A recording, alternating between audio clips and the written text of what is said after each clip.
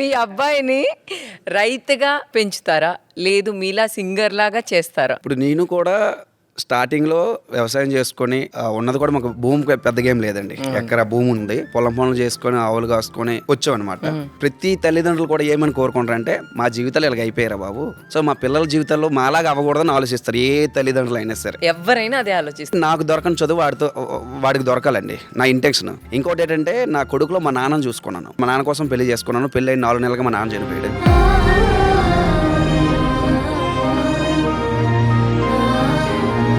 Pregnancy ఈరోజు evening confirm అయింది, early morning 3కి చనిపోయాడు మా నాన్న.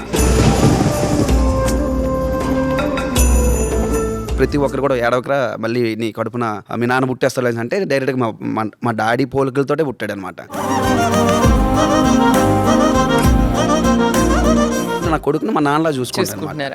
సో ఆయన ఒక పై స్థాయికి తీసుకెళ్ళాలని నాకు ఆలోచనతో, నాకేంటంటే మా తాతల కాలంలో కూడా ఉండేది కాదు ఈ కళారంగం, నాతోటే మొదలైంది. సో కొంతమందికి ఏంటంటే వారసత్వం వస్తుంది అంటారు కదా. ఇప్పుడు ఎస్ఎస్వి నాయుడు అనేసి దేనికి పెట్టానంటే మా నాన్న పేరు అప్పలనాయుడు అనమాట. ఎస్ఎస్వి అంటే లైక్ ఒక సింగర్ కూడా ఉన్నారు, సో ఒక క్రికెటర్ కూడా ఎస్ఎస్వి జైస్వాల్ ఉన్నారు. సో నాకు క్రికెట్ అంటే కూడా నాకు చాలా ఇష్టం అనమాట. ఒక పక్క క్రికెట్, ఒక పక్క సింగింగ్ సైడ్ కూడా తీసుకెళ్ళాలనే ఆలోచన అయితే ఉంది. మీకైతే ఉంది. రేపు పొద్దున వాడు పెద్ద దిగిన తర్వాత నాన్న ఇప్పుడు నాకు ఇక్కడ ఉండడం ఇష్టం లేదు, నేను యూఎస్ వెళ్ళిపోతానని మిమ్మల్ని వదిలేసి వెళ్తే మీరు ఎట్లా ఫీల్ అవుతారు?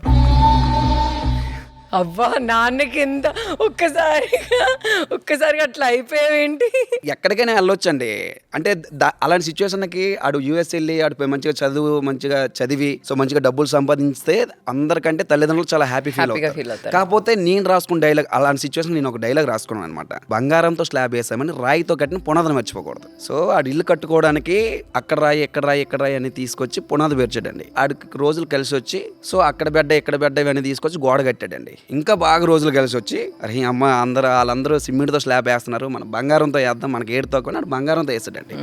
సో హ్యాపీగా ఉంటున్నాడు, ఎంజాయ్ చేయొచ్చు, తప్పులేదు. కానీ ఒక అమ్మ ఈ రాయి లాడి దగ్గర నుంచి తెచ్చానరా, ఈ రాయి లాడి దగ్గర నుంచి తెచ్చానరా, ఆల్రాల్ నా ఇంట్లో ఉండడం ఏంటంటే కాలుతో తన్నిస్తాడు అనుకోండి, ఆ మీదను కట్టిన ఆ బంగారం ఏమవుతుంది, కింద పడుతుంది. సో నా ఇంటెన్షన్ ఏంటంటే అడు ఎక్కడికి వెళ్ళండి, ఉన్న చదువులు చదువుతాడా, లేకపోతే పై ఆఫీసర్ అవుతాడా, లేకపోతే స్టార్ అవుతాడా. సో ప్రతి తల్లిదండ్రులు కూడా ఉన్న స్థాయికి తీసుకెళ్ళడానికి ప్రోత్సహిస్తారు, ఖర్చు పెడతారు, ఏదైనా చేస్తారు. కానీ ఆడు ఎక్కడి నుంచి వచ్చాడు అనేది మాత్రం మర్చిపోకూడదు. మర్చిపోతే ఆయన నేను వదిలేస్తాను.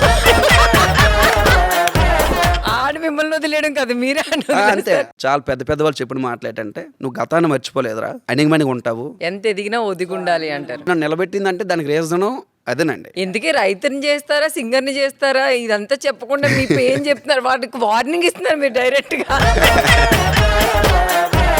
ఏం చేస్తారు ఈ రెండిట్లో? నేను కూడా సింగర్ అవుతానని ఎక్స్పెక్ట్ చేయలేదు. సో వాడు కూడా అవుతాడో అవదని కూడా తెలియదు.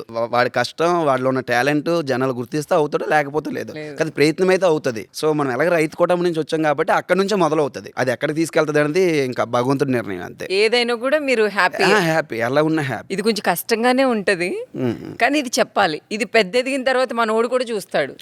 మీకు మీ వైఫ్ అంటే ఇష్టమా, మీ కొడుకు అంటే ఇష్టమా? వైఫ్ అంటే ఇష్టం. బుడ్డోడు వైఫ్ ఉంది కాబట్టి బాబు వచ్చాడు. ఎందుకు అంత ఇంపార్టెన్స్ మీ వైఫ్ కి మీరు ఇవ్వాలనుకుంటున్నారు? ఒక టైంలో కొంతమంది చెప్పుకోకపోయినా అమ్మ కూడా గుర్తురాదు మనం ఈ షూటింగ్ లో పడిపోతే. సో అలాంటి సిచ్యువేషన్ లో కూడా టైం ఇవ్వట్లేదని తనలో తనే బాధపడుతుంది తప్ప, కానీ ఏ రోజు కూడా ఆ బాధ నాకు చెప్పదు. అవునా?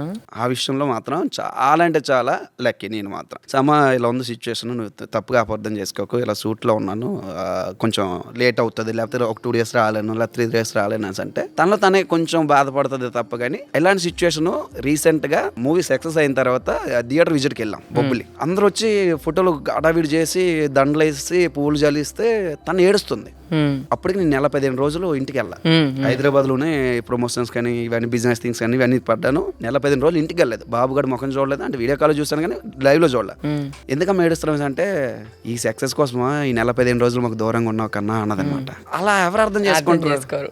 నిజంగా ఆ విషయంలో నాకు చాలా చిన్నపిల్ల అయినా చాలా మెచ్యూర్ గా థింక్ చేసిందిరా.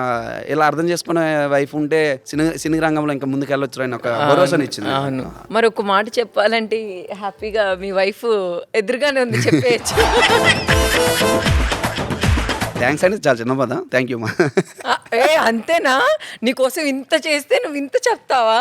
సో ఎక్కువ చెప్పి పొగిడినట్లుగా ఉంటది, అవసరం లేదు. ఎందుకంటే అర్థం చేసుకున్న అమ్మాయికి థ్యాంక్స్ చెప్పడం చాలా కానీ అద్భుతమే. రమణ, నువ్వు అనుకుని ఉంటావా ఎప్పుడైనా, పాపం తను నన్ను చాలా అర్థం చేసుకుంటుంది, ఏదైనా తనకి చెప్పాలి ఒక మాట అని ఎప్పుడైనా అనుకున్నావా నువ్వు? అంటే లాస్ట్ టైం ఒక ఇంటర్వ్యూలో కూడా చెప్పాను, అది పర్టికులర్ గా అది స్క్రీన్ రికార్డింగ్ చేసుకొని స్టేటస్ పెట్టుకుంది పాపం ఆ పిల్ల. అంటే తన కోసం చెప్పాను అనమాట, ఇలా నన్ను బాగా అర్థం చేసుకుంటది తను అనేది. ఆ విషయంలో వాళ్ళ ఫ్యామిలీ కూడా చాలా ఎమోషనల్ అయిపోయారు ఆ వీడియోకి అయితే వాళ్ళు. అయితే నువ్వు తనకి దొరకడం తన లక్ కాదు, తన నీకు దొరకడం నీ లక్, అంతే కదా? అనుకోవచ్చు. ఫోక్ సాంగ్స్ లో నీకంటూ ఒక బ్రాండ్ ఉంది, ఇంతకీ నీ బ్రాండ్ ఏంటి?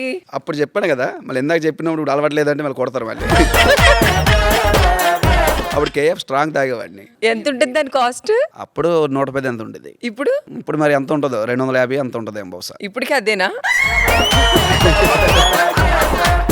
బ్రాండ్ మారిందా? ఇప్పుడు ఏం లేదండి. తాగట్లేదా? లేదు లేదు. ఎందుకు? అప్పుడు ఎలా ఉండదంటే ఫీల్డ్ ఈవెంట్స్కి వెళ్ళేటప్పుడు ప్రోగ్రామ్ బాగా చేయాలని ఒక ఆలోచనతో ఫ్రీగా ఇచ్చేస్తుంటారు, ఇస్తే బాగా చేస్తారని. సో అది ఉట్టిన వస్తుందని అది హెవీగా వెళ్ళిపోయిన తాగిసి జీవితాలు నాశనం చేసుకున్న కళాకారులు మా దగ్గర చాలా మంది ఉన్నారు. అంటే మా ఫీల్డ్ రేల కావచ్చు వీళ్ళందరూ కూడా. వాళ్ళ కమిటీ వాళ్ళు ఎలా థింక్ చేస్తారంటే డ్రింక్ ఇస్తే పర్ఫార్మెన్స్ బాగా చేస్తారు కదా అని త్రూ తోటి వాళ్ళు హ్యాపీనెస్ కోసం ముందు ఇవ్వచ్చు, స్టేజ్ అయిపోయిన తర్వాత కూడా ఇవ్వచ్చు. మన పర్సులో డబ్బులు ఖర్చు అవ్వట్లేదు కదండి, వీళ్ళు దాన్ని అలవాటుగా మార్చేసుకుంటారు. సో ఒక రోజు ఈవెంట్ లేదనుకోండి, నీ పర్సులో డబ్బులు తీయాలి, ఉన్నప్పుడు వాళ్ళు ఇస్తారు, లేనప్పుడు అనేది. అలాగా మా ప్రాంతంలో మా కళాకారులు కొంతమంది జీవితాలు పోయి, అది నేను ఉదాహరణకు తీసుకుంటా. ఇది కరెక్ట్ కాదులే ఎందుకులే అని.